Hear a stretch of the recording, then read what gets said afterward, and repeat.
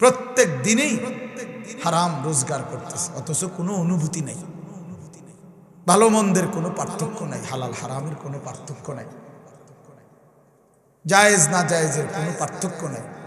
আমার বাপ, এটা মানুষ হয় কেমন? এটা মানুষ হয় কেমন? ফুল দেখলে যার কাছে ঘ্রাণ লাগে না, পায়খানা দেখলে যার কাছে দুর্গন্ধ লাগে না, সে সুস্থ কেমনে বলেন? ইনসাফ কি বলে? ইনসাফ কি বলে?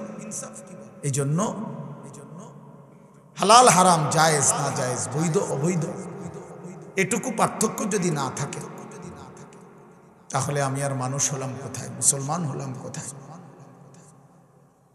আমাকে আল্লাহ তাআলা সৃষ্টি করলেনই বা কেন? আমার মাঝে জানোয়ারের তফাৎ কি? আমার মাঝে কুকুরের সাথে পার্থক্য কি? গরু ছাগলের সাথে পার্থক্য কি?